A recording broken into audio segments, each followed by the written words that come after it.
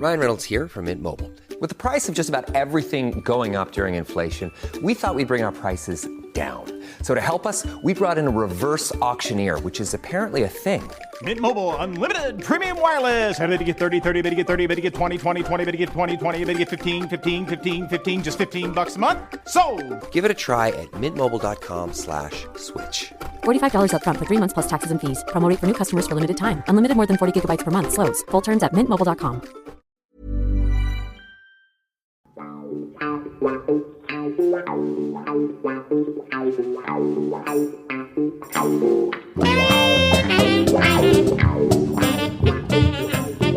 How you doing, guys? I'm good, thank you, mate. Nice to chat.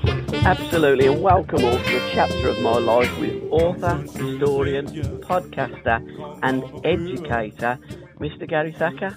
Oh, bless you, cotton socks with that, Paul. Quite an introduction. I'm not sure I can live up to it, but I'll do my very best, buddy. Well, you've got a new book coming out, and that's what we're going to be talking about in this episode of A Chapter of My Life. It's called Beautiful Bridesmaids Dressed in Orange, and I want to get hold of that book. Well, I've ordered it, so you're going to tell us how other people can order it. You're going to tell us a little bit about the book, but first, a little bit about yourself and your back catalogue, because I'm a big fan of your work. God bless you. Well, basically, I didn't start. I mean, I live in Spain. I've been over in there for the best part of 3 years. Sort of, I would say, semi-retirement, but sort of freelance working, and I write for I write a column for a newspaper over here. And you know, probably not mentioned, I work for these Football Times, write for their magazine, another couple of magazines as well. Do a lot of podcasting. And I've got a few books out. I mean, this one will be my fourth book. The third one was a novel, which came out last year, and I'm just in the process of writing a sequel to the novel, which will be out probably around Christmas time. And then I've got another book coming out next year, which is focused on the 2012 Champions League campaign and Chelsea's victory there. And I literally yesterday signed a contract with the publishers for a book in 2023, which will be looking at the great Ajax teams of the 70s that won 3 successive European Cups. So pretty busy boy at the moment. Oh, that last one really hit a note, because Ajax were one of the great teams, won 3 back-to-back European Cups. We're going to be talking a little bit about Ajax a little bit later, because this book, Beautiful Bridesmaids Dressed in Orange, where did the title come from, and who designed the artwork for the cover? Right, okay, well, basically, to cut a very long story short, the title came from an article I wrote for a magazine a couple of years ago, and we're talking about teams that should have won the World Cup but didn't. And you know, you're looking at the Hungarians in the 50s, Brazil 82, plus Danish Dynamite team of 86, and obviously the Dutch came into it, and it just sort of seemed to fit. Because they were the eternal bridesmaids, and I had the chance in 1978 to go to Villa Park and watch Villa play Barcelona in a European game. Yeah. And Cruyff was playing for Barcelona his last season with Barca. Yeah. And he scored a wonderful goal there, and it just sort of stuck in my mind as well that he was beautiful. You know, he was the Dutch football was beautiful. I mean, when they had their greatest period of success, so sort of early 70s, mid 70s, I'd be 14, 15 sort of thing, and I was just getting sort of, you want to find something, you want to understand something, that what's the best way of playing football, and to me, that Dutch team personified it. You know, it wasn't a case of having a big guy at the back and a tricky winger, and there's a thunder in centre midfield to win the ball. Everybody could play football. It was pick your best 11 footballers and then put them in a position, because they can play all over the park. So that was the beauty of it. And actually, the design of the cover, I mean, I'll take a bit of credit myself. The people at Pitch Publishing are brilliant.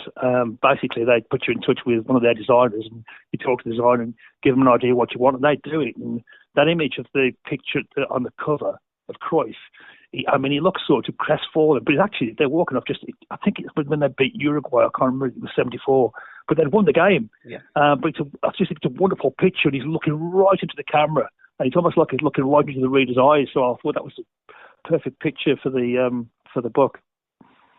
Now, the word orange, you spelt it in the Dutch way. So the publication that you wrote the original article for, was it a Dutch publication? No. It was for a magazine. It was a magazine called The Football Pink, which I think is only going as a digital thing now. This is going back, I don't know, I'd say 4 or 5 years now. Yeah. But no, I mean, the title wasn't used in that at all. It's just that the bridesmaid idea came to me because they were the bridesmaid. Yeah. And, I got this sort of thing that, when you go to a wedding, the bride isn't always the most beautiful woman there. Sometimes the bridesmaids are prettier. And that was a thing that, the Dutch lost World Cup finals twice, but they were the better team both times. The teams they lost to weren't the prettiest team. They were the prettiest team, the most beautiful team. And I do like the way that you put the Dutch spelling of orange. It really works. It's superb. Going back to that game at Villa Park in '78, Johan absolutely bossed it. I think he come off after about 60 minutes, didn't he? And Villa got back into the game and drew it 2-2. In the first half, he actually took the ball on his left foot. He come inside, he got a shot in, and he almost scored. It would have been an even better goal than the goal that he actually scored from. But Johan liked to do that, didn't he? He liked to drop deep. He liked to see the ball. He was the orchestrator. It was definitely, you're absolutely right. And the day that game for the park, the pitch was terrible. Yeah. It was like wading through mud. But this guy, I'm not sure now whether his feet actually touched the floor. He just got that athletic balance and movement about him. And he limped off towards the end. And actually, because I used to live in Warsaw, so I had to catch a bus from Birmingham into Warsaw, Warsaw to where I lived, and then walk to Warsaw. So it's quite a way to get home. So I missed both the Villa goals as it happened at the end. But I think they got, it was 2-2. And I think they lost 2-1 in the return. Yes, they did. And Barca lost to Anderlecht, who I think won the title that year. But yeah, Cruyff, he did. And, you say about him dropping deep, he did that when they scored the first goal of the '74 World Cup final. He did. When he picked the ball up, the only Dutch player behind him was the goalkeeper. Yeah. And that slalom room run, and he had this brilliant capacity not to dribble past somebody, he almost swayed past them, it's like an acceleration or a swip to the hips. There's no sort of step overs or anything like that. It was that scything runs through the defence. He literally dropped his shoulder and he went, and he was almost unstoppable. Now, the book, does it focus totally on the 2 World Cup finals that the Dutch got to, or is it more about Dutch football in the 70s as a whole? It's a bit of both and then a bit more as well. Basically, what I take it from the beginning of Dutch football, going back to 1905, I think was the first time they played a game, which is against Belgium. And there's a guy called Eddie de Neve who scored. They drew 1-1 and they played extra time and won 4-1 after extra time. This guy scored all 4 goals. Right. And in the first international they played. And it's interesting, they played, and it wasn't until they played England a few years later that they actually wore the orange shirt. They used to wear white with a red and blue sash across it. And it's a kit they've worn as a change kit a couple of times. So it works away right from that through. But the main body of the book is basically the '74 World Cup, the '76 European Championships, and the '78 World Cup. And then I take it onwards and we look at the 1988 when they won the European Championship, and straight up to 2010 when they lost the World Cup final. They became the only team in history to lose 3 World Cup finals. I mean, imagine the heartbreak of that. And they didn't get to many World Cup finals before '74, because '38 was the only time that they qualified. And until the mid-50s, the Dutch game was amateur, wasn't it? It was, and even after that, it was professionally in name only. For example, when Cruyff joined Ajax, and even when he was playing for his first few international games, the money that the club were paying them, although they were professional, was insufficient to survive on. So Cruyff used to stand on street corners selling a magazine to eke out his sort of wage. And I think Pete Kaiser used to run tobacconist. The guy who scored the equalising goal in '78 for Dirk Naninka, he was a florist. I mean, even in 1978, they had players having But when they qualified in '74. It was the first time they qualified since 1938, and after 1978, they didn't qualify again until 1992. It is quite incredible, isn't it, really? Cause it's amazing. I mean, they beat Germany the first time that they beat Germany. The great English coach Jimmy Hogan was the orchestrator of that win as well. So they'd always had that little bit of an English feel about them, even back in the early 1900s, haven't they? Well, in 1908, the guy who coached them the first few years, a guy called Keith Van Hasselt, left. And from that time until just after the Second World War, there were 8 or 9 coaches of the Dutch national team, and they were all British. So there was a massive British influence, and the guy called Bob Glendenning was managing them up until the Second World War, and he still holds the record for most games in a single. Because it happens quite often in Dutch football where a manager will go back and again and again and again. Like for instance, Mikkels was coach on I think on 4 or 5 different occasions. But Glendenning holds the record for the most consecutive games. So he's the coach of the Dutch national team. But there's always been a strong English influence in Dutch football because of the coach. And you mentioned Jimmy Hogan. That was the only game he coached them for, and he'd gone to work for a club called FC Dordrecht in Holland, and he got co-opted to coach there. And they asked him back afterwards, but he didn't go back.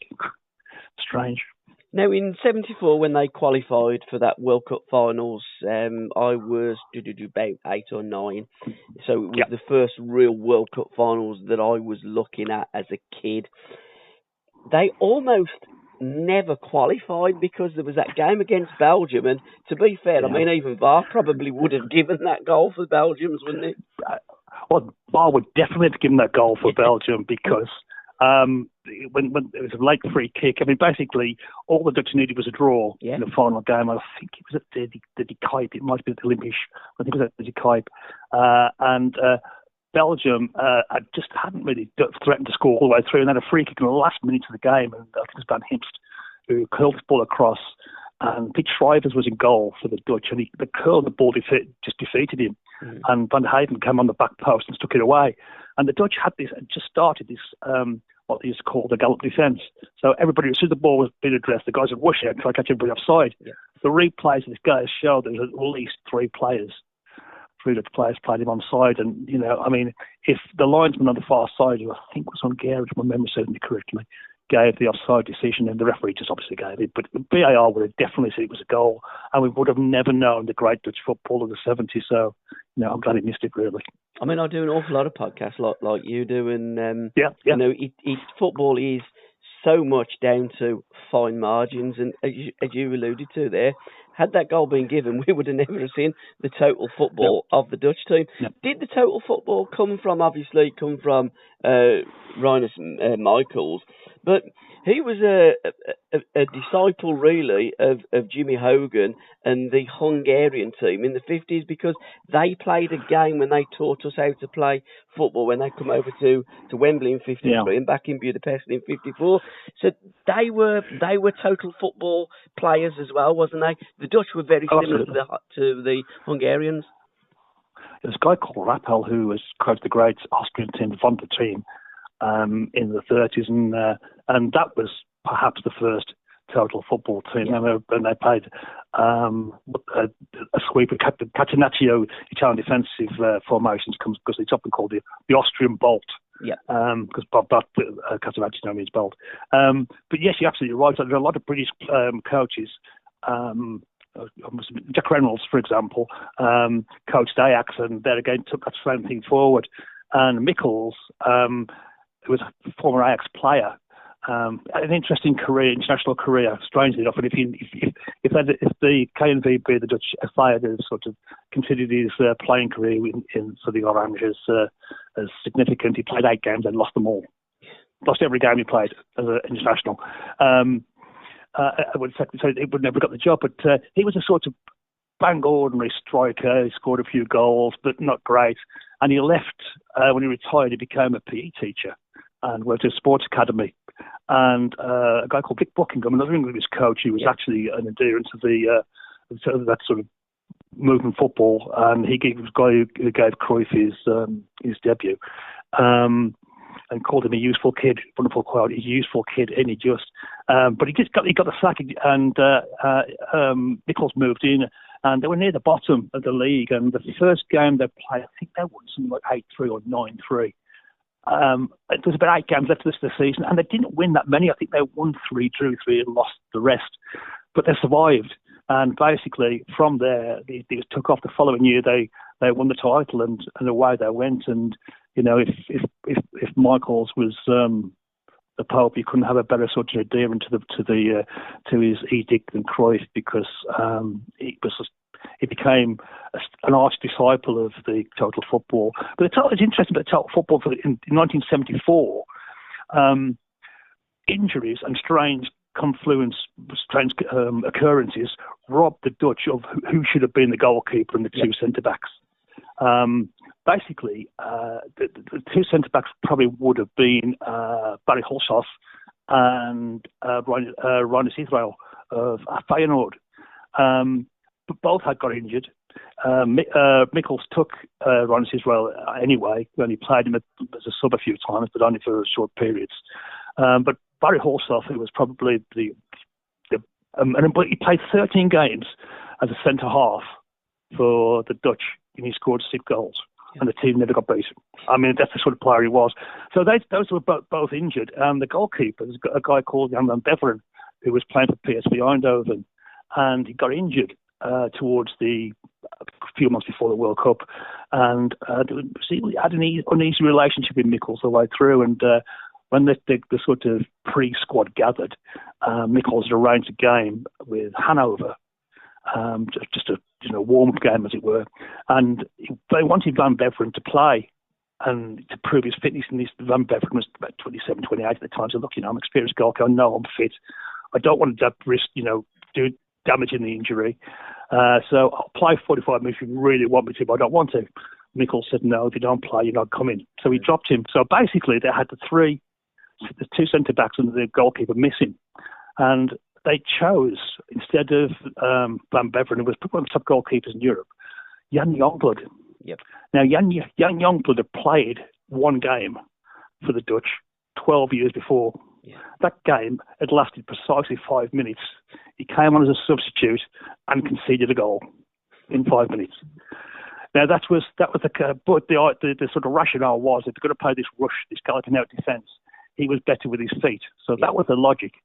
And instead of playing, so he couldn't play the first choice centre backs, and this is where the total football kicked in. Mikkels chose Reisbergen, who was actually a fullback, to play centre back, and he pulled Ari Hahn, who was a midfield player, back into the back four, who played as like a sweeper in front of Reisbergen rather than behind him. And it was almost, you can't not play football when you've got your centre half like Ari Hahn and the goalkeeper who's good with his feet. And this guy who I spoke to, a Dutch, very celebrated journalist called Jan Herman de Bruyne, and he said that the Dutch total football in that World Cup was almost by accident. Taking on the Ajax sort of and the Feyenoord way of playing perhaps wouldn't have happened if he'd been able to pick the first choice goalkeeper and 2 centre-backs. It's quite incredible, isn't it, really, how Amazing. arrive at situations with different scenarios. But Jan Youngblood, I remember as a kid, he was the first goalkeeper I ever seen head the ball. That's right, yeah. Well, I mean, I've got a quote in the book from Van Hamagen, who I don't know, legendary player, and he says, that he was a goalkeeper. He wasn't anywhere near the top goalkeeper, but he enjoyed playing as a footballer, as an outfield player. Yeah. But strangely enough, as the tournament turned out, he was never really called on to play that sweeper keeper thing. Although I think once or twice came out and hacked the ball clear, but anybody could do that. It wasn't a case of getting foot on the ball and picking a pass out. It never really happened. But as you say, 5 margins, and that's how those things work out sometimes.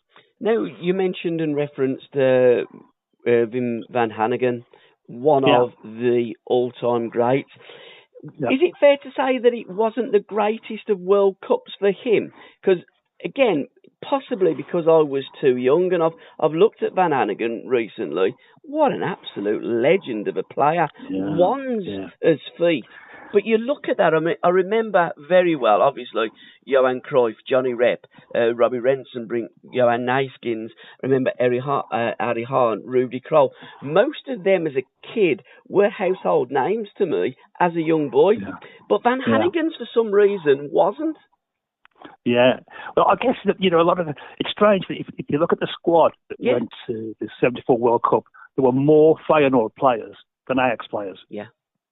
But more Ajax players played for more time than the Feyenoord players. Mm-hmm. Van Hannigan being the exception who played in every game. But he was almost like the quiet man in midfield. He was like the guy who let Cruyff play, basically. Yeah. There's a passage in the book where compare the Dutch way of playing to like a cobra. It's that sort of dancing, swaying thing, and before they strike very quickly. Yep. Well, Van Hannigan hadn't got that pace. In fact, I've got to quote the book where he says, "Whenever I scored a goal, I never tried to run away because my teammates always catch me. I can't run." So he was more of a sort of solid player, but an exceptional talent. And Feyenoord fans will tell you the best player in Dutch history isn't Cruyff, it's Van Hannigan, and it's not a bad argument in fairness. And a lot of people also, Dutch people, would put Van Hannigan up there with Johan Cruyff as a Dutch master, wouldn't they? Oh, definitely so. And interestingly, there was a period where Mikkels had just gone to Ajax, where the Ajax chairman or press club president said, I'm going to sign Van Hannigan for you. We're playing at a club, I think it's playing at Telstar, which is in Rotterdam at the time.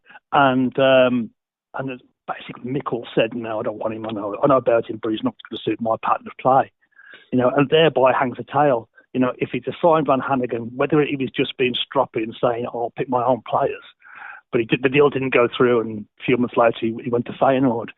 But imagine having, Van Hannigan and Cruyff in your club team as well. So, Again, 1970, Feyenoord won the European Cup against Celtic. They did. And then Ajax won it back-to-back, 71, 72, 73. They dominated European at club football, but just couldn't kick it over the line at international level in 74 and 78. But that 74 World Cup finals, I remember the game, Argentina, wasn't it, 4-0, where Johan pulled the ball out the sky. And you're looking at that as a kid, the Cruyff turn against Sweden, you're going, how did he do that? The only time I'd seen anything like that on the TV screens was on a magic show. Yeah. It's funny you say that, because I've got some... the Swedish guy who was defending against Cruyff in that game, was a guy called Olsen.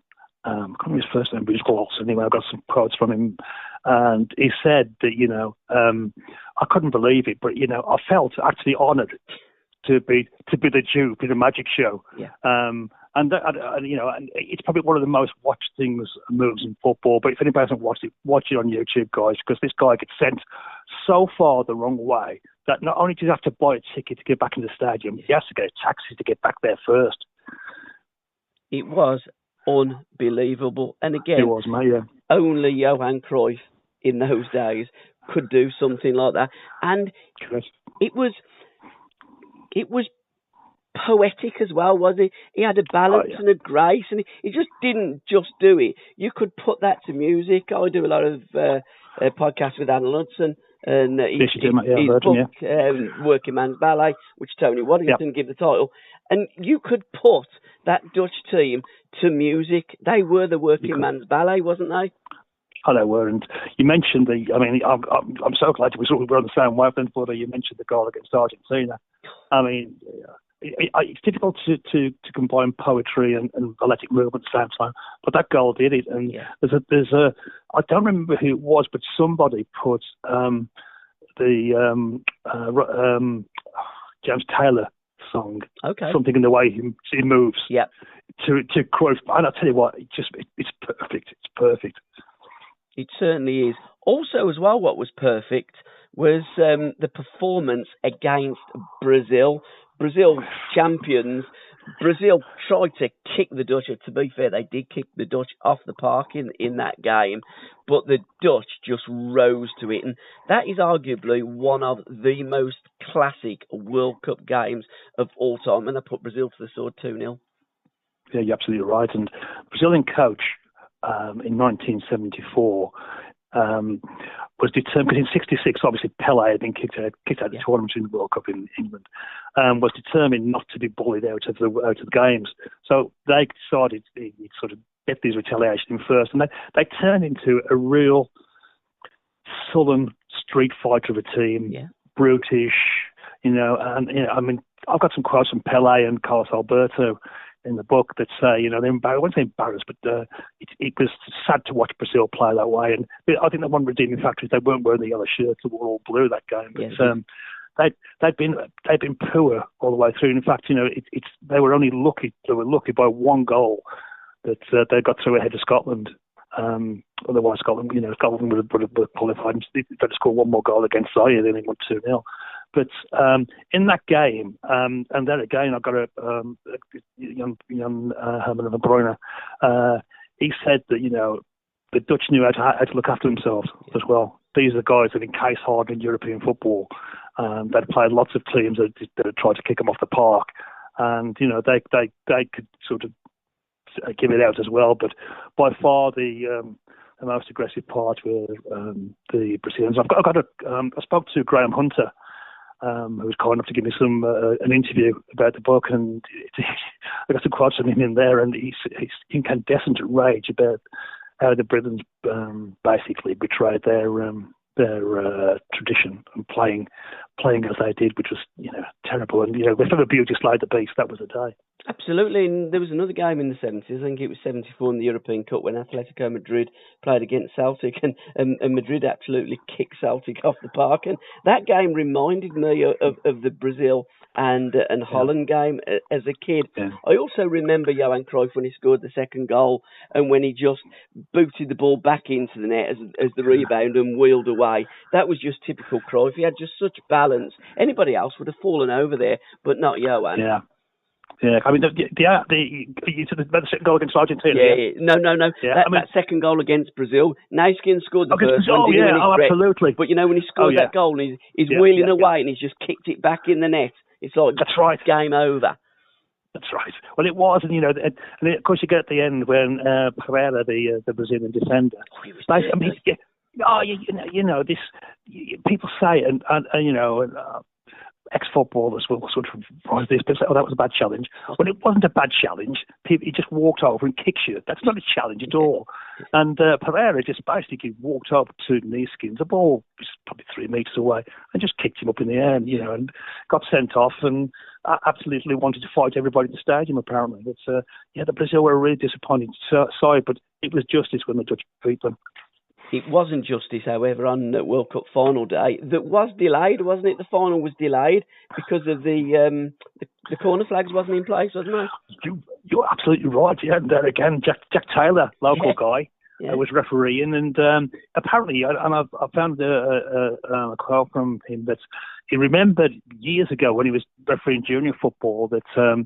It started a game, and one of the must be the fathers, one of the players, called him out. So, "You've got to stop the game." He said, "Why?" "Because there's no corner flags." Yeah. And he said, ever since that day, he always checked the corner flags, and they'd been removed for the sort of marching band display that they had before the World Cup. And so there was Jack Taylor walking around putting corner flags back in. So yeah, that's a great point, mate. You're absolutely right. That's true.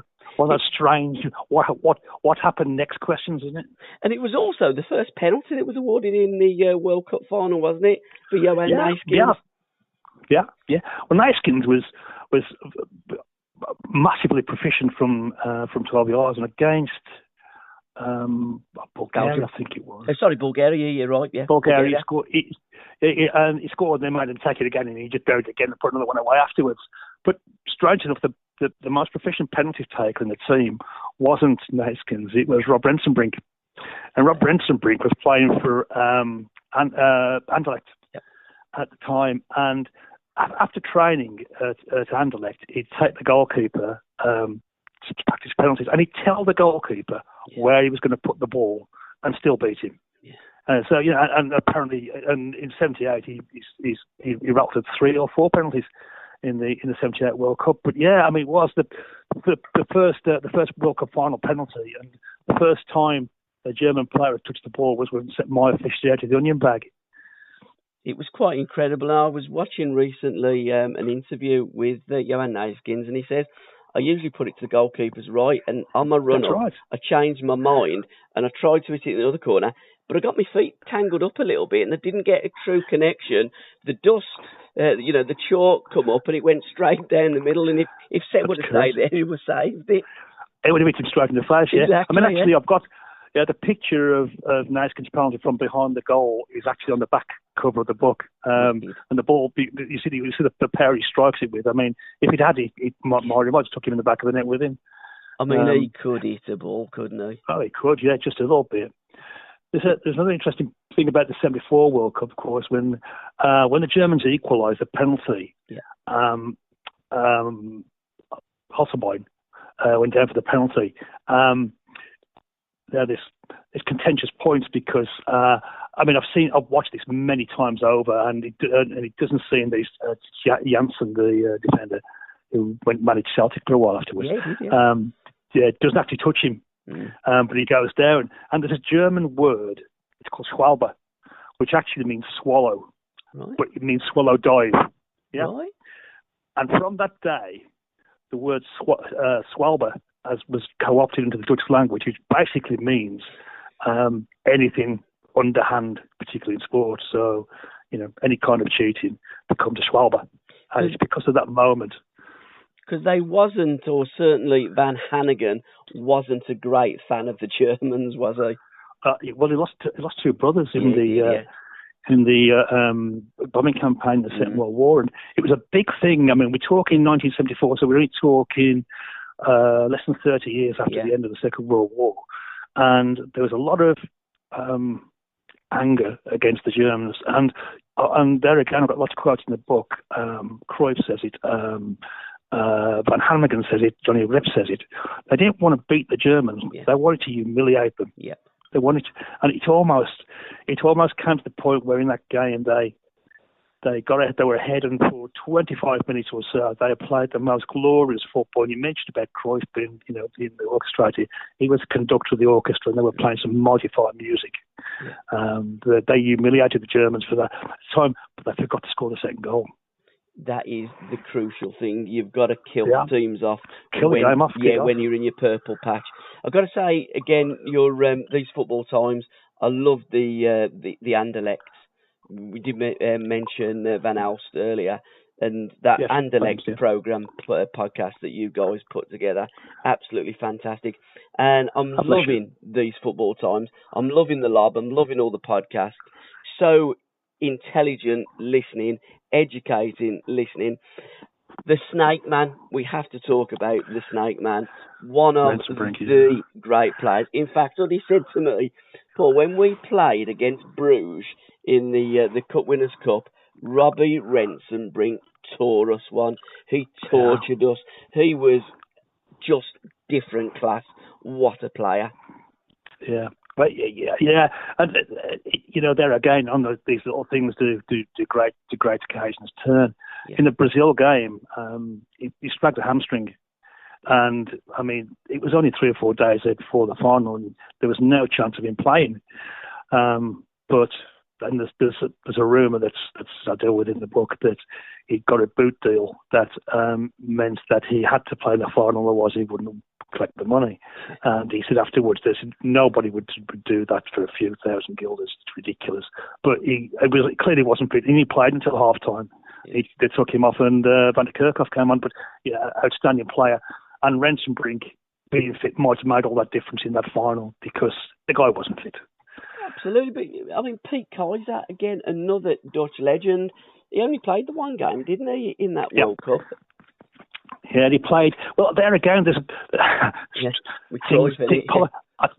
politics and football in the Dutch. Well, basically, Cruyff had been inherited the captaincy of Ajax from Kaiser, and he lifted the European Cup in 1973 when they played Juve. Yeah. He's actually wearing a Juve shirt because they swapped shirts. But for the following season, basically, Stefan Kovacs, who was the manager who'd taken over from Mikkels for the second and third European Cup campaigns, contract was up and he'd gone to manage the French national team. And Ajax employed a guy called George Nobel. It was crazy. I mean, it's used to be a crazy decision. He'd come from MVV Maastricht before, a mid-table team, and the guy I mentioned earlier, Jan Herman, described as a small-town coach. Yeah. We're talking moving to the European Championship. Yeah. And basically, there's apparently a tradition that each season they'd elect a captain. Now, Cruyff always assumed that he would just be on the nod.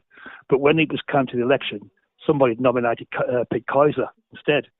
And Kaiser won the vote. And rumour has it that after the vote, Cruyff went up to his room, phoned his father-in-law, Keith Curver, and said, "You got to get me out of here." Yeah.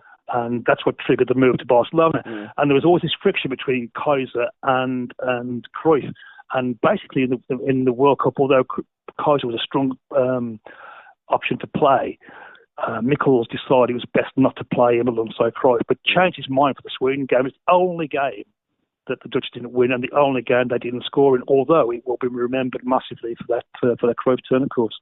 Yeah, it's quite incredible because I'm sure I read somewhere that Cruyff and his all-time team did pick Pete Kaiser. You're absolutely right. He picked two players out of the Ajax team. One was Rudy Krol, and the other was Pete Kaiser.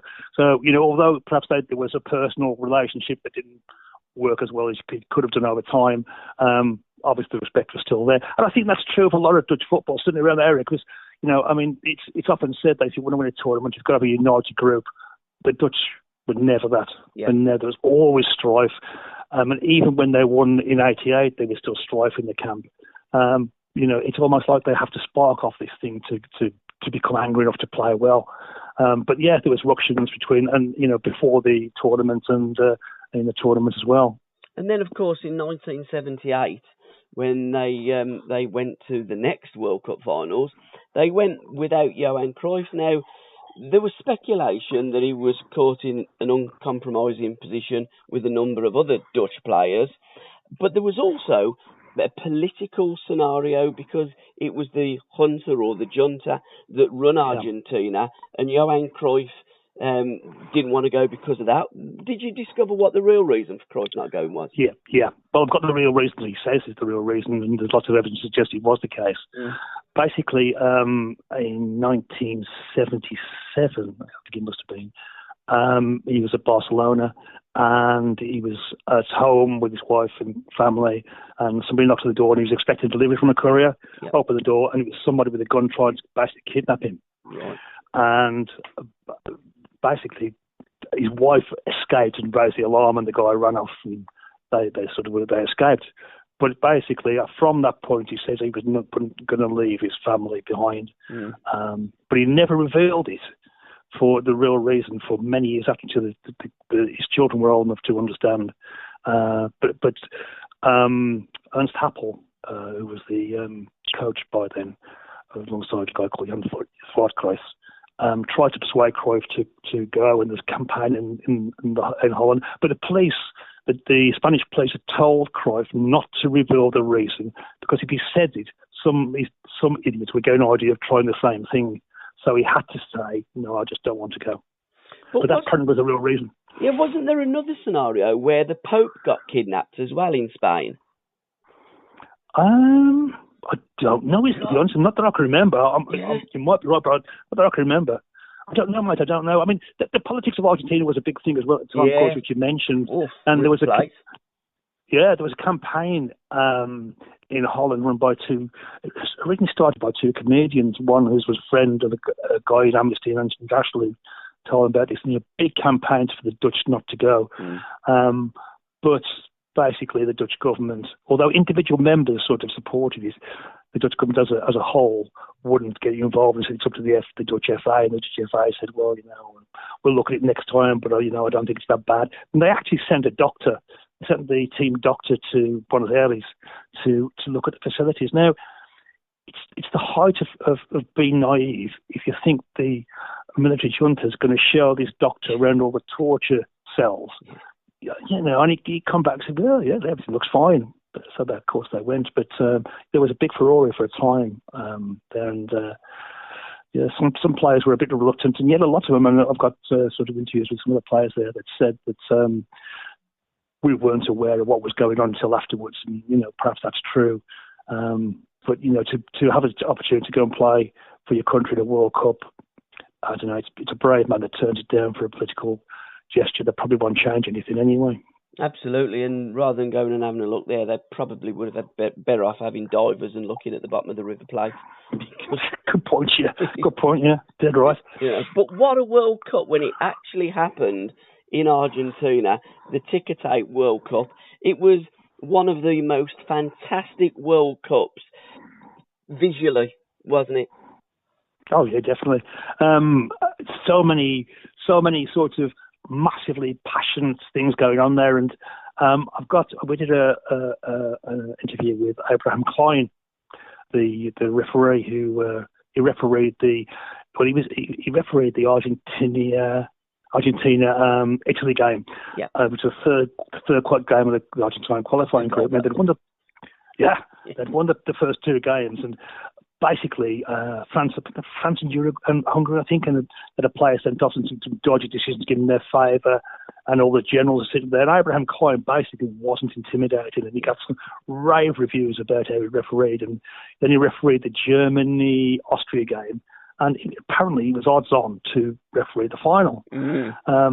But because and there again, there's no proof of this, but it's widely accepted to be the case, and Abraham certainly thought it was the case when I spoke to him, that it was the Argentines putting pressure on FIFA to say they don't want this guy refereeing because he was biased against them, when in fact he wasn't. He was just being legitimate straight down the centre. And instead, the game went to an Italian called Ganella, who was quite an experienced referee.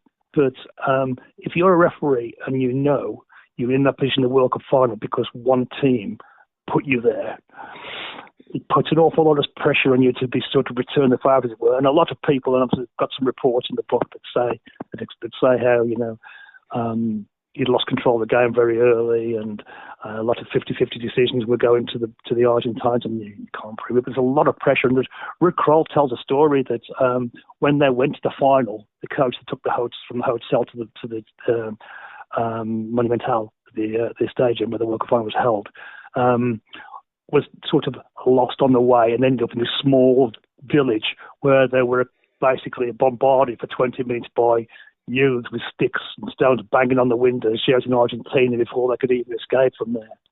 So it was a lot of sort of shenanigans going on. There's other things I mentioned in the book as well, but as you mentioned, the ticker tape at the World Cup final, got some quotes from Dirk Ninka, who played in the Kansas sub and scored the equaliser. And he said that we were standing there looking at him, he said there must have been 500 Dutch fans. But that's probably an exaggeration. There probably weren't even that many. Yeah. But that game, I remember, whereas they had to stop the game in 74 for no corner flags, they almost had to stop the game to just sweep all the ticker tape off it, because it was just incredible. But didn't that game was delayed as well? Was it Rennie van der Kerkhoff had a plaster cast on his arm? Well, there was two things. Basically, they didn't come out for a while after the Dutch came out. And van der Kerkhoff, in the first game against Iran, when he was tackled and when they won a penalty, he fell on his wrist. And basically, he had this white cast on his wrist all through every game, throughout the rest of the tournament, and it's been approved by FIFA. But when they came to the final, basically, the Argentines, as well as the Dutch came out for about 5 minutes before the Argentines even appeared, and all the crowd were baying at them, and it was really under pressure. I mean, there you are, sort of 15, 16 players there, and there's 70, 80, 90,000 people curdling for blood after you. And then they came out, and then there was a kerfuffle about the cast, and Kroll was captain at the time, and he said he came to the point where we're saying, okay, if he can't play, we're walking off. And that broke the back of it then. They realised it was time to pull down to break out. But for all the shenanigans of Argentina, and one of the biggest shenanigans and strokes, arguably, that was pulled, was the 6-0 demolition of Peru. Didn't they have a goalkeeper that was born in Argentina as well? They did have a goalkeeper, yeah, they did. I mean, there again, I've got a guy who I interviewed for the book, who is Dr. Pete Watson, who's a lecturer on South American affairs, and an expert on South American football, and he sort of gave me a lot of information regarding that game. And there was a lot of conjecture because Peru was also run by a military junta at the time, and there was a lot of talk about lines of credit being open and shipments of grain being transferred across. And basically, Peru had lost because it didn't go into semi-finals. It was two lots of groups. Yeah. So it was a concluding group game, and Peru had lost their other two games, so they couldn't qualify anyway. Yeah. Hector Trompitas, who was the captain of Peru at the time, after being interviewed afterwards, said that, look, we'd never got this far of tournament before. We're tired. We'd done as much as we could. We were happy with what we'd done, blah, blah, blah. Now, I don't know. And Pete Watson, pointed me at a guy, a Peruvian player who was playing in Argentina afterwards, and who said, look, of course, we were bribed. But afterwards he denied it, and then he said it was true. He said it wasn't true. But years afterwards, there was a Peruvian senator who apparently gave evidence confirming that it was the game had been fixed, and it was picked up by a Dutch newspaper called De Telegraaf. And FIFA said they're going to launch an inquiry, and all of a sudden, nothing happened. Shock. And nobody was surprised. Yeah. So corruption in football has always gone on. It always will go on. It's just the way that things happen. But let's take nothing away from Argentina, because they were fantastic hosts. They were great winners as well. They played some great football, and with Ardiles in midfield and Tarantini at the back, and Leopoldo Luque, bless him, who sadly passed away recently, and the great Mario Kempes. Yeah, they had some, again, household names. Rennie Houseman was another. They had some great players, didn't they? So it was a great World Cup. The frustrating thing, if you're an Argentine, and is that tournament tainted because of what happened? And it is to some extent, and they may well have been able to win it without all the shenanigans that went on. Yeah. But there's always going to be that sort of asterisk over it, And the other thing I mentioned about the Italian Ganelli, because there's a lot of Argentinians who are of Italian descent, like Tarantini. He's an Italian name, but Tony is an Italian name. Yeah. There's a lot of Argentines with Italian descent as well. So, yeah, there you go. But they were the team, the national team, really, of the decade. Because although West Germany, and it was West Germany back in 1974, and they were a damn good team as well. Bayern Munich, of course, won 3 back-to-back European Cups after the great Ajax team. And Argentina were great winners as well. But the 70s, for me, will always be remembered for the team in orange, and as you eloquently put, the just beautiful bridesmaids that played the beautiful game so well. I couldn't agree more, Paul. As I say, I was at the age I was looking for a team to sort of honour. And it's not I'm a Chelsea fan, for my sins, but it's the Dutch football for me is a love affair. That it's a love affair with beauty. It's a thing that you look and think, wow, just look at that. It's like a work of art. It's beautiful. And as you say, the 70s for me will always be painted with the colour orange. And it also really, you look at the Dutch culture, that it was just exploding as well, wasn't it? Through that, through the 60s, and you got the lovely the clogs and the windmills and the avant-garde and art and Amsterdam, and famously John Lennon had the loving, didn't he, in Amsterdam as well? There was a lot of things going on in Holland. It was a youth movement sweeping through the country. Yeah. It did feed into the way they played as well. And absolutely. David Winner's book, Brilliant Orange, which I sort of referenced quite a fair bit in the book, really picks up on that so well. It's one of the sort of differences between his book and mine. But it fed into the football, and there's a wonderful phrase he's got, and I can't remember exactly, something along the lines of, it meant that in the World Cup final, Hardman Rud-Kroll played the World Cup final wearing love beads. Yeah. That was Tony Morley was influenced by the short hair and the love beads as well. Everything they did was just different, wasn't it? Oh, it was, yeah. And it's interesting. Just sort of switching it from the Dutch national team to Ajax, but it's the same thing. When they won the first title in '71, when they beat Panathinaikos, if you you ever look back into the video, obviously I've watched this a lot of times, you can imagine they're all sort of short-haired, very sort of smart. By 73, when they play Juve, and they beat Juve, they have all that long hair, and all the shop's got that shaggy beard, and they look like hippies. They've all got their love. That was 3 years between Mikkels.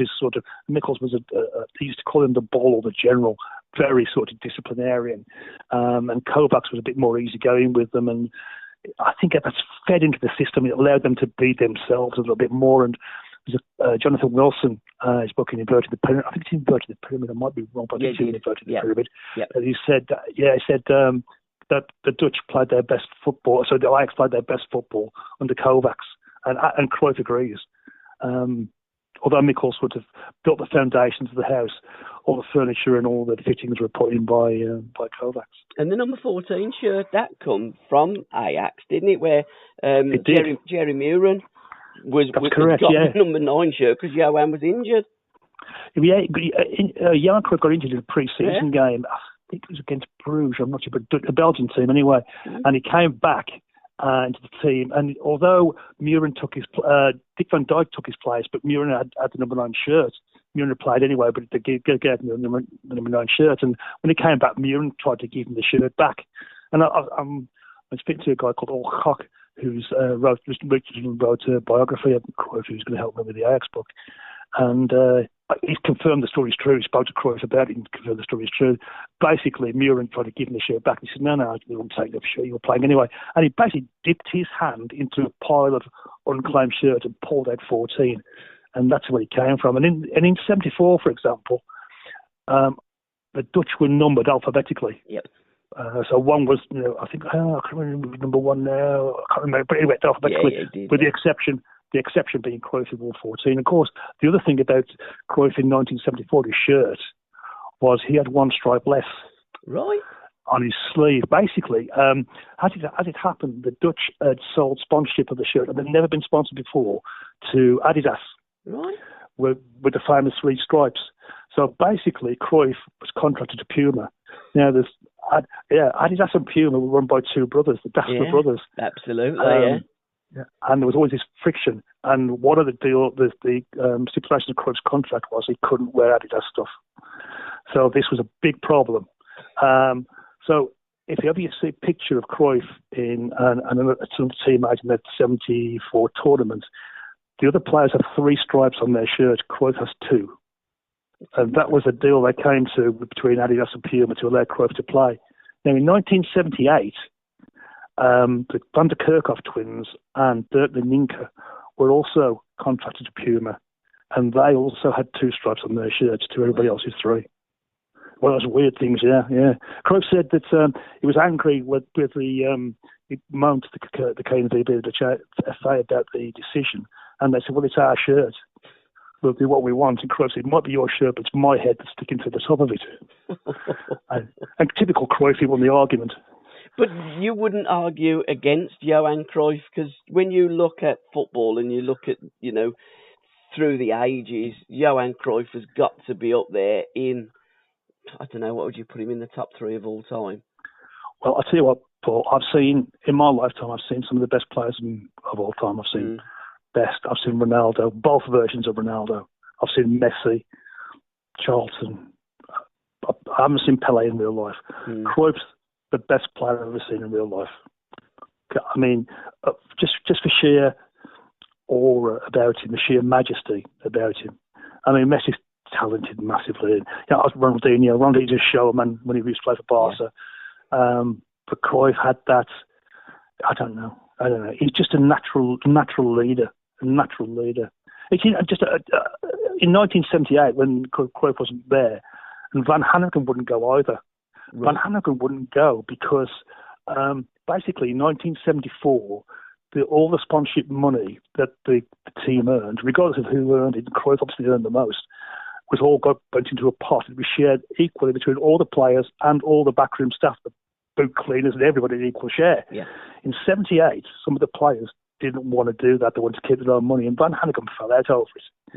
And he said to Ernest Happel, now he played under Happel at Feyenoord when they won the European Cup, And always got on well with Apple, and Apple thought, he was an important player, but he refused to go because of that. But because Van Hanegem wasn't there and Cruyff wasn't there, Jan Vaartkruis, who was almost the joint coaches of the Dutch team, wanted Rensenbrink, because when there's no Cruyff, you've got two choices. Yeah. You either play somebody else in the Cruyff role, or you play differently. Mm. And basically, Vaartkruis wanted Rensenbrink to play in the Cruyff role, and he thought he could do it, and perhaps he could, but he hadn't got that leadership demand. He hadn't got that, Cruyff wanted to be the leader because he knew he could do it well. That was his role. That's what he did. Rensenbrink was a lot more diffident, perhaps, and less sort of arrogant, shall we say. And he wasn't convinced he could do it. And in the end, they ditched the idea. But that was one of the plans to replace Cruyff by using Rensenbrink in the same role. Well, when you're talking about Johan Cruyff, he's Alan Hudson's favourite player as well. Uddy played against... Uddy's a good choice. Yeah, Uddy played against... Chelsea played against Ajax in the early 70s when... I think it would have been. It was after the FA Cup final of 1970. He'd just come back from injury, and they'd been over in Sweden. They'd been playing in Sweden, and they dropped off in Holland to play. And he said to me, Paul, we played this team called Ajax. We didn't know much about them at the time. He said, and we were playing, and I looked on it. He said, I saw this fella with number 14 on his back, and I thought, what's he wearing the number 14 shirt for? And he said, when we finished playing, I thought that fella can wear any number he likes. And I said to Alan, did you ever find out why he wore the number 14 shirt? He said, I played it twice against him in America. He said, I'll be honest, Paul, I never got close to him. Alan Hudson says to me, you have to be on a pitch to understand how fantastic Johan Cruyff was. Yeah, I could imagine. Yeah, I mean, and let's face it, Alan Hudson wasn't a bad player. No, he was quality. He was pretty talented anyway, so he was a fair assessment if he says that. That'll do for me. And when's the Ajax book coming out? How far down the line have you got with it? Well, the 14th of June is the official publication date. Now, it has been available on Amazon and Waterstones for a while, but apparently Amazon have sold out of their pre-order. Yeah. And have been for 2 or 3 weeks, although I understand from the publishers, and this is one of these things that, believe me or not, apparently is true.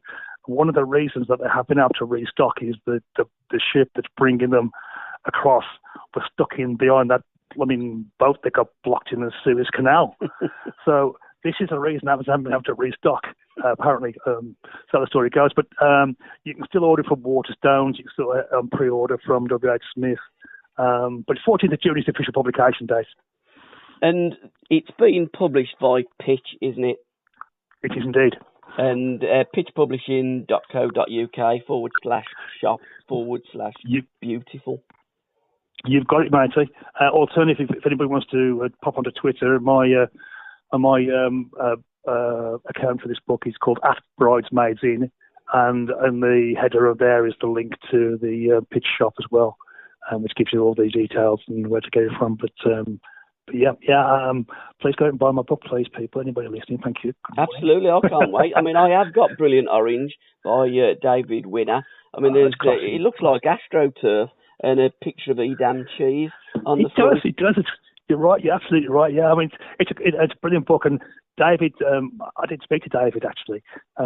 His book delves far more into the culture of the Netherlands than mine does. Mine's very much concentrated on the game itself, and the reasons why they didn't win the different tournaments. But it is a great book, and I quote it quite a lot in my book. Now, other books that are available from players, I noted that Van Hanegem's got a book out, but it's in Dutch. Is there a translation in English, or will there be a translation in English? Because I think going forward, the more people that listen to podcasts like yours, like The Lob, like these footballing times, and the books that you're writing, the books that Stuart's writing, Stuart Horsfield, the books that Stephen Scragg is writing as well. People we can look at YouTube and we realise how wonderful these players are, the new kids that didn't live through those times. And these players have almost got a new life. So there's a market for an English version of books written by the likes of Van Hannigan.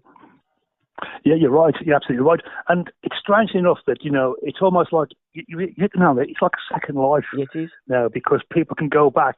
I mean, in the sort of 80s, these were people in the past, and we were probably as distant as French Puskas. Yeah. And Hideguchi and, Tommy Lawton, Stanley Matthews. But there's got a second life now because of YouTube. You can go back and look at these things. And I mentioned Hull Koch earlier. He's just published a book, a biography of Cruyff, which has literally just been translated into Spanish. And I spoke to him last week before, and he reckons that will be translated into English in the autumn. And I'm definitely buying that. That'll be a great book. But you're right. Vin's got a book out, Vin Van Hannigan, and I think there's one coming out about Rensenbrink as well. Because obviously we're at the stage now where these players are playing in the sort of the 70s. A lot of them are passed on now. I mean, we lost Rensenbrink and Pete Kaiser not so long ago as well. Cruyff obviously is gone. There's not, they're sort of going. I mean, it's the sad thing about football when you go. I remember the day when Ozzy died, Peter Osgood. Yeah. Your hero should never be allowed to die. That's not fair. That's not how it should happen. It's not fair. But yeah, there are a lot of books coming out about Dutch football, and a lot of them are in Dutch. But there's a big. I mean, if you speak to anybody, almost anybody in Dutch, I spoke to a lot of them over the last sort of 12 months, 18 months or so. English is almost the second language there anyway, so most people speak English, and all the guys I spoke to there, Koch is definitely going to translate it into English, which will be a must buy because he wrote a book. After the 74 final, the Dutch always held this thing that the Germans cheated because the Schwalbe. They cheated anyway, and basically there's lots of things happened as well before the game, and I think there's a bill to the German newspaper. One of the German newspapers we've done a story about the Dutch cavorting with girls around the time of the Brazil game. And whether it was true, I don't know. There's supposed to be pictures, but they never came out. And Jan Herman van Boyner, who was mentioned earlier, told me that apparently it was common knowledge in Holland at the time that basically Cruyff's wife, Danny, was hardly speaking to him. There's a word, I can't remember what the Dutch word is, but he's in hard trouble. It means with his wife over. But whether it was true or not, but there's a lot of things going on along those sort of things, which was just reinforcing that. Hatred is probably a strong word, but that dislike of the Germans already. Absolutely. And going forward, are you going to be doing any podcasts with any of these Dutch masters? Van Hannigan, for instance? I'd love to. It's difficult to get. I mean, these guys are quite old now. I mean, Van Hannigan must be, so he was 32 in 78, so it's 20. I mean, he must be like on 70 now. Yeah, so he's probably a bit past the time. Probably the nearest I've got was when Steve Horsfield, you mentioned earlier, managed to get, because he wrote a book on Brazil 82. I've got that book as well. It's brilliant. Got in touch with Abraham Klein, and Abraham Klein came on a podcast with us probably 12 months ago, and he was kind enough to give me an interview so I could use as well. But that's probably the problem is, as I say, it's so long ago now, so it's probably we probably missed the mark with them. We have got a few ex-players coming on. I think we've got Ricky Hill coming on not too distant future. Yeah, he's got a book out as well, hasn't he, Ricky? Yeah, I'm doing a pod with Steve Hunt. Oh, right, good book. Yeah, one with the Cosmos. I'm with the Cosmos next week with, I think it's me, Stuart and Steve doing that. Me, Stuart and Steve doing that. Because he played, obviously played for a lot of clubs in the Midlands, played for Villa. Villa. Yeah. So, and that's a good book as well, really good book. It's one of those things where, you read the book and you're thinking, I'll just have another couple of pages and now it's gone. But that's a cracking book as well. Does Shinaglia get much of a mention in that? Does what, sorry? Giorgio Shinaglia. Yes, he does. Oh, he does, yeah. Oh, he's a character, wasn't he? I've got his book as well, Arrivederci Swansea. That's an interesting book. And Steve mentioned a lot about Ginaglia. interesting character. And he says he's a great goal scorer, but he would shoot from anywhere, and he used to rag people off because he'd shoot from anywhere. It was more important that he scored a goal than anybody else scored a goal. As Steve is very much more of a, I'm happy to assist for a goal, but Chinaglia, he wanted the glory himself. Oh, he thought he was a godfather, didn't he? There's some hints of things in the book, yeah. But yeah, he just mentioned England and Pele, of course. He played with Pele towards the end of his career, George Best, Carlos Alberto. This guy played with some of the greatest names in world football. It's incredible that NASL, how many names went over there, because of course Johan did, a lot of the Dutch Masters did as well. It was, one of the greatest leagues on the planet. It was one stage. And I was talking to, I don't know if you know of Ray Hudson. Yeah, what a player he was. What he tells me about him. Well, Great player. Was in Newcastle, wasn't he, as a kid? He was at Newcastle, but he went over to America.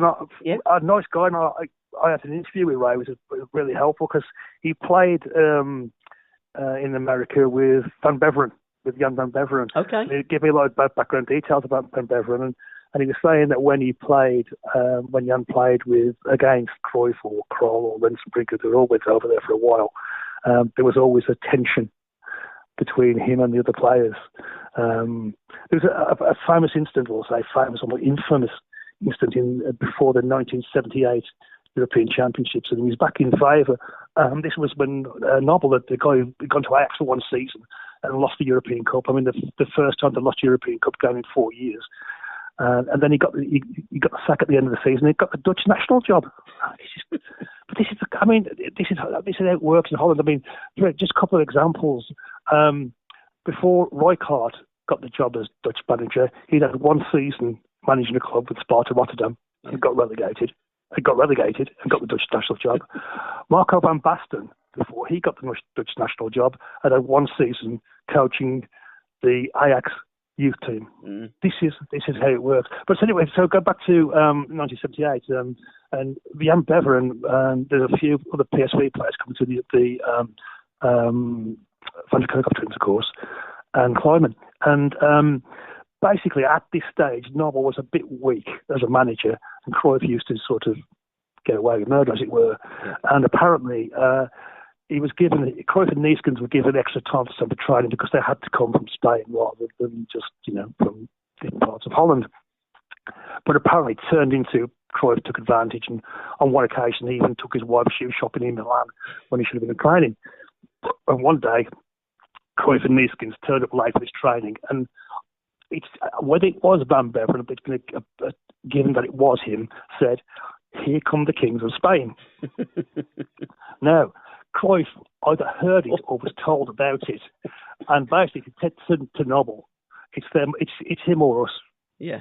Now he's going to back Cruyff. So basically, Van Beveren, who missed out in '74 because he fell out with Mikkels, missed out in '78 because of Cruyff. And this is a killer. In 1978, they appointed Happel, but Happel didn't take over the team until they actually reached Argentina. The qualification process was run by a guy called Jan Vaartkreis. And Jan Vaartkreis was actually an Air Force captain in the Dutch Air Force, but he basically ran the Dutch military team. Conscription was obligatory at this time, and quite a few Dutch players, international players, played on the Zwartkruis, of which one was Van Beveren. So Zwartkruis wanted Van Beveren back into the team because he was the best goalkeeper by a country mile. Yeah. By a country mile. Anyway, so basically he tried to get him back in. Cruyff still played at the time, even though Cruyff didn't go to the World Cup in '78 in the end. And Cruyff didn't want Van Beveren to play, and he got to the stage where what was happening, Zwartkruis was hoping that time would heal the situation. He was selecting Van Beveren for the squad, but leaving him on the bench. I think he played one game. But then basically Van Beveren got fed up and said, "Oh, I don't want to go. If you're not going to pick me, I'm not going to go anyway." Of course, he dropped out then, retired from international sport, and actually went to America to play with the same team as Ray Hudson played.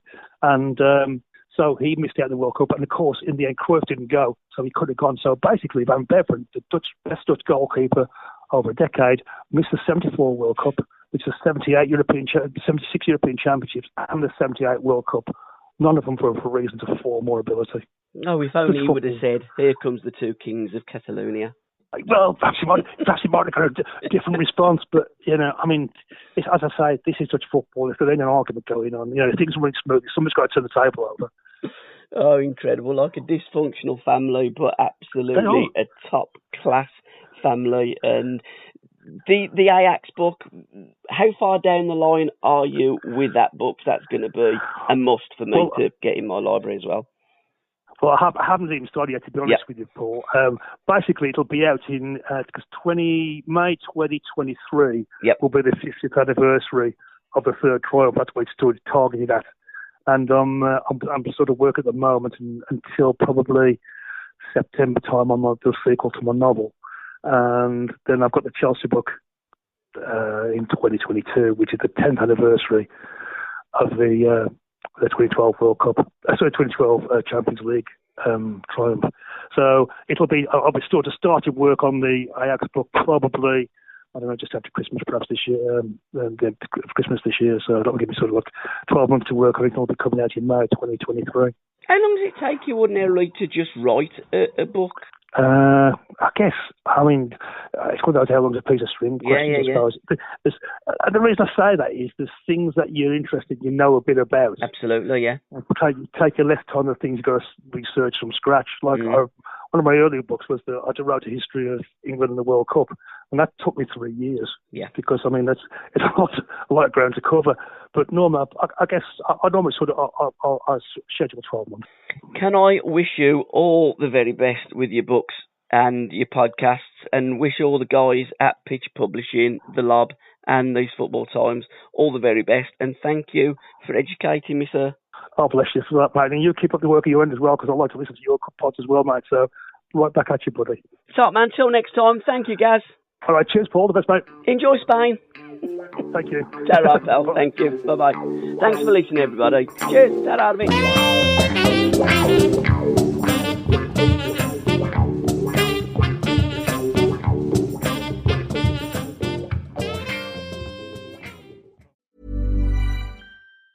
Planning for your next trip? Elevate your travel style with Quince. Quince has all the jet-setting essentials you'll want for your next getaway, like European linen, premium luggage options, buttery soft Italian leather bags, and so much more. And it's all priced at 50 to 80% less than similar brands. Plus, Quince only works with factories that use safe and ethical manufacturing practices. Pack your bags with high-quality essentials you'll be wearing for vacations to come with Quince. Go to quince.com/trip for free shipping and 365-day returns.